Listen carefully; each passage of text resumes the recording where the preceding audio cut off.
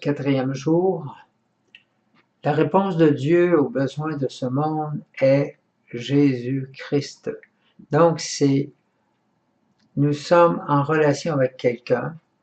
Nous sommes en relation avec quelqu'un qui nous amène, qui veut vivre avec nous, par nous et en nous, parce que sans lui, nous ne pouvons rien faire. Nous sommes avec quelqu'un qui nous a créés, quelqu'un qui veut nous amener à notre maturité spirituelle et maturité humaine, maturité sociale aussi. Donc Jésus a été envoyé dans le monde pour nous sauver, pour nous libérer du pouvoir de Satan et du monde, afin que nous puissions vivre une vie nouvelle maintenant et pour toujours. Donc la vie qui commence avec Jésus, c'est vraiment une vie nouvelle.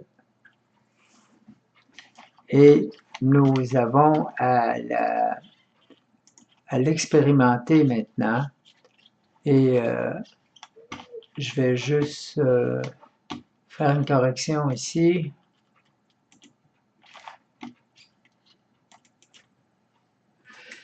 Marthe dit à Jésus, « Si tu avais été là, mon frère ne serait pas mort. Mais encore, je sais que tout ce que tu demanderas à Dieu, en parlant du Père éternel, il te l'accordera. » Jésus lui dit, « Ton frère ressuscitera. Je suis la résurrection et la vie. Qui croit en moi ne mourra jamais. Crois-tu cela? » Oui, Seigneur, lui dit-elle, je crois que tu es le Christ, le Fils de Dieu, celui qui devait venir en ce monde. Voyez la foi de Marthe. Marthe, elle s'appuie sur les promesses qui avaient été faites par les prophètes. Promesses qui, tout au long des siècles précédant Jésus, toutes les promesses s'accomplissent en Jésus. Évidemment, ce n'est pas le sujet de notre rencontre de montrer en quoi, en détail, elles s'accomplissent, mais on pourrait le faire dans un exercice assez exhaustif, de montrer comment que Jésus vient accomplir toutes les promesses qui avaient été faites, toutes les prophéties qui avaient été faites, il les accomplit. Il est venu pour accomplir la parole et il l'accomplit pleinement. Et Jésus va proposer, va faire la résurrection de Lazare, mais aussi il dit qu'il est la résurrection.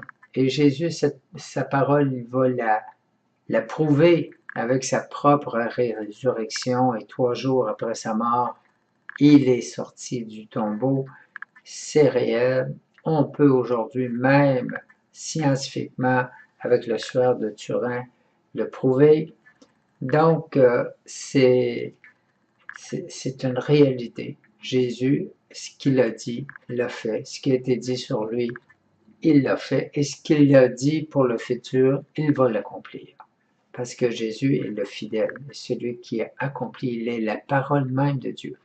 C'est par lui qu'a été créé le monde visible et invisible. Donc, je vous laisse mener votre réflexion avec le Seigneur et vous placer devant cette proposition, devant ce fait que Jésus est la résurrection, que vous êtes aussi appelé à votre propre résurrection parce qu'il vous a mérité votre résurrection, la mienne aussi, où je vais vivre avec mon corps, mon âme, devant Dieu, et je vais voir Dieu avec mes yeux de chair. Voilà la promesse ultime que Jésus nous fait. Et Jésus nous dit que la vie, c'est autre chose que de boire, manger, dormir et mourir. Donc, je vous laisse à votre prière pour ce jour.